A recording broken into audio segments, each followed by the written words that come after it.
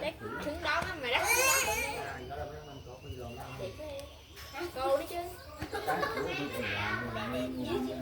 Xóm này là nhà sống mà xóm ăn này không.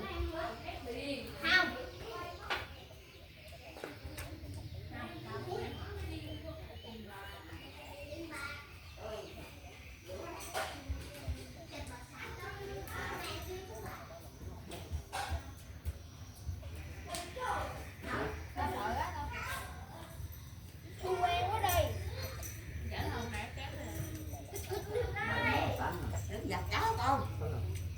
Không, không đủ.